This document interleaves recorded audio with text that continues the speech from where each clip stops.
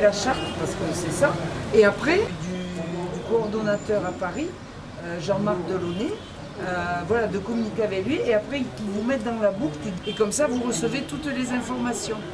Voilà. Et moi, je suis dans la boucle de ces échanges de mails. Voilà. Et après, vous voyez quel type d'animation vous pouvez faire dans l'objectif du Festival des Solidarités. Je pense que c'est une réponse aux besoins du terrain. On est dans cette période vraiment où le Congo a besoin d'un développement durable et la prise en charge de chacun de nous. Et aujourd'hui, le Congo a l'intérêt de bouger. Et le Congo ne va pas bouger comme cette balle-là du Congo, où tout le monde se retrouve au Congo, mais chacun de nous. Parce qu'en principe, si on veut que les choses changent, il faut que chacun de nous, individuellement, doit bouger. Et après, on va faire ce boule de neige où tout le monde va se mettre ensemble, ils vont faire bouger tout ça. Et vous êtes quand même assez spécialisé dans la sensibilisation, le plaidoyer, les animations éducatives, mettre en synergie différents porteurs de projets. Enfin, vous êtes quand même spécialisé là-dedans depuis le temps que le REGER existe. Oui, et ça fait partie de nos attributions. En principe, au début, quand on a commencé les REGER, on avait juste le renforcement des capacités, formation, sensibilisation. Mais avec le temps, on a senti que le REGER pouvait encore être un acteur de changement avec toutes les structures. Au niveau du REGER, nous avons 164 associations membres. Et aujourd'hui, les 164 associations membres, ils sont dans les 24 communes de Kinshasa. Dans chaque commune, nous avons des leaders des opinions qui se mettent autour d'une table. Nous devons réfléchir plus bas encore au niveau des quartiers. Et je donne un exemple. On a un grand quartier, une grande commune ici à Kinshasa qu'on appelle Kimbanseke. Nous avons 47 quartiers.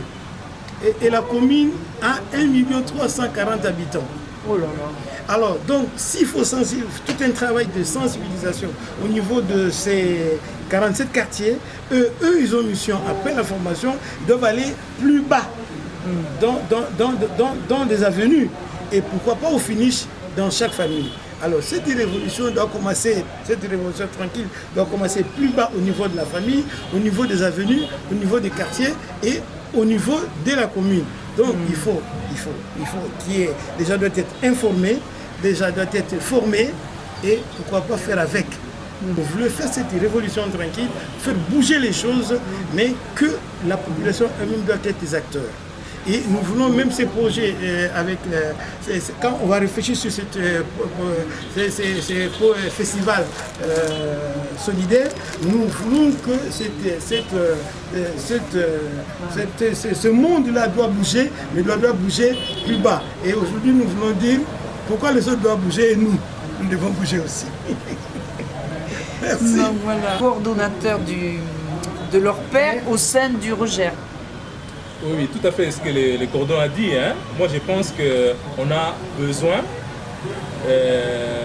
de faire bouger les choses au niveau de la base. Parce que la base a besoin de nous. Et si la base n'a pas l'information, donc, voilà, il y a un souci. Il y a un souci. Et donc, tout ce que le REGER fait, avec leur père bien entendu, c'est justement d'échanger ces mondes. De l'organisation de l'État, par exemple, il n'y a rien qui s'est fait. Il faut une interface. Hein? Le REGER joue ce rôle d'interface justement pour faire bouger les choses. Que la population puisse profiter des bienfaits qui sont liés à cette solidarité aussi. Voilà. Et surtout que vous savez faire des animations, c'est-à-dire que le REGER, c'est pas lui qui fait les animations, puisque c'est un réseau, mais ces associations membres du REGER portent des plaidoyers, portent des projets d'animation. Parce qu'on parlait là du théâtre pour le développement, par exemple, ou des concerts, ou je ne sais, ou des dialogues que vous organisez. Mais vous savez, on a fait, je vous donne un exemple, on a fait bouger les choses ici. Dans notre pays, il n'y avait pas une loi portant protection de l'enfant.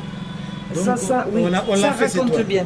On a la loi, il y a des adultes qui se sont mis autour d'une table, plusieurs personnes, ils ont réfléchi pour voir qu'est-ce que nous devons faire pour que dans ces pays, il faut qu'une loi portant protection doit exister.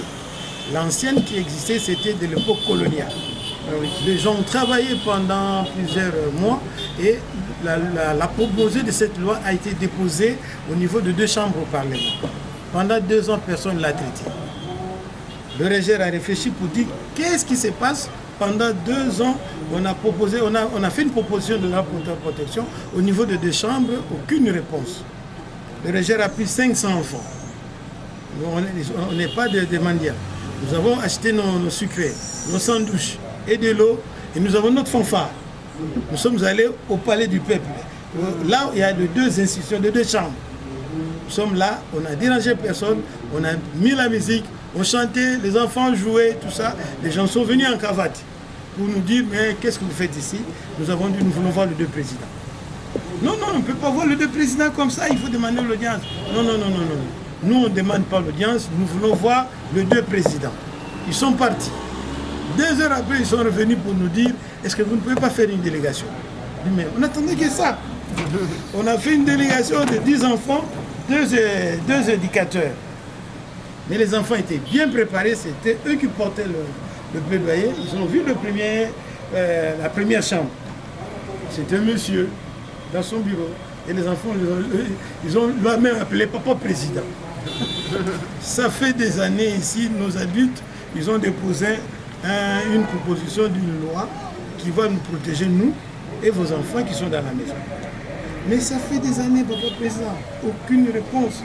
Qu'est-ce qui se passe? Le monsieur gratte sa tête, il dit mais c'est pas possible. Il va commencer. Le monsieur nous dit, c'est la toute première fois dans mon bureau que j'ai vu les enfants, depuis que je travaille ici, qui sont venus m'interpeller. Donc, promis. Donc, cette loi, au niveau de dans ma chambre, ça sera adopté et je vais faire une 2e démarche. Je vais vous aider à aller voir la 2e chambre. Les enfants sont partis. Entre-temps, nous avons dit, mais on n'est pas 10. Nous avons encore 490 qui sont dehors. Qu'est-ce qu'on va faire? Alors le monsieur nous dit, je veux que les 490 entrent dans la scène du palais du peuple. Ils sont entrés. Il est allé voir son collègue qui était en plénière, avec 550 députés. Alors il a dit à son collègue, voilà la situation, tout ça. Non. Monsieur le président, boum. Motion.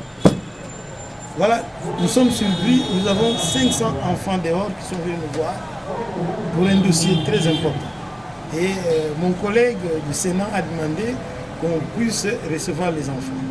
Qu'est-ce que nous avons fait? Tous les députés, mettez-vous debout, donnez la place aux enfants. Je dis, les enfants sont entrés dans la salle. Ils étaient servis un sucré et un sandwich, et les enfants disaient, je suis servi par un député. Vous comprenez? Et c'était beau. Et oui. Et je vous dis, je ne vais pas aller plus loin. Ils ont donné des promesses et les enfants ont dit, si vous ne respectez pas vos promesses, nous allons revenir dans 1 mois. C'était au mois de novembre. Au mois de janvier, il y avait une session extraordinaire. La loi a été adoptée au niveau de 2 chambres et grave promulguée par le chef de l'État. Au mois de janvier, ça je m'en souviens, 2009. Voilà. Janvier 2009. Voilà donc pour dire que au niveau de force... Et ça fait bouger les lignes. Ça fait bouger des lignes. Aujourd'hui, nous avons un tribunal pour enfants, ça n'existait pas. Ce sont les enfants qui sont allés voir le ministre de la Justice. Le juge dit non, mais mes enfants, laissez-moi le temps de voir avec mes conseillers si je pourrais avoir des arrêtés, des décrets pour qu'on signe. Mais entre-temps, nous avons déjà fait les démarches avant. On est allé voir tous ces grands bureaux-là, ils nous ont proposé des décrets et des arrêtés. Et la dame disait, mais je vais voir mes conseillers, mes services techniques pour qu'ils me proposent quelque chose. Et l'autre fille dit, maman ministre, nous avons ces décrets ici et ces arrêtés ici. Des propositions. Alors, elle me dit, c'est quoi ça? Elle dit à son directeur de cabinet, est-ce que vous pouvez jeter un coup d'œil? le monsieur il jette un coup d'œil, il dit à il dit à son ministre, il dit que tout est nickel. Donc je pense qu'ils sont allés quelque part dans tout le bureau de l'État, ils ont des documents. Madame, c'est que, alors il dit qu'est-ce qui manque? Juste madame, votre signature. Alors la dame nous dit dans 48 heures ça sera signé. Et à 48 ça a été signé. On a, dans cette ville de Kinshasa, on n'avait aucun tribunal pour enfants. Nous en avons maintenant 12. On avait 4 et on en a 12 et ça existe maintenant dans toutes les provinces.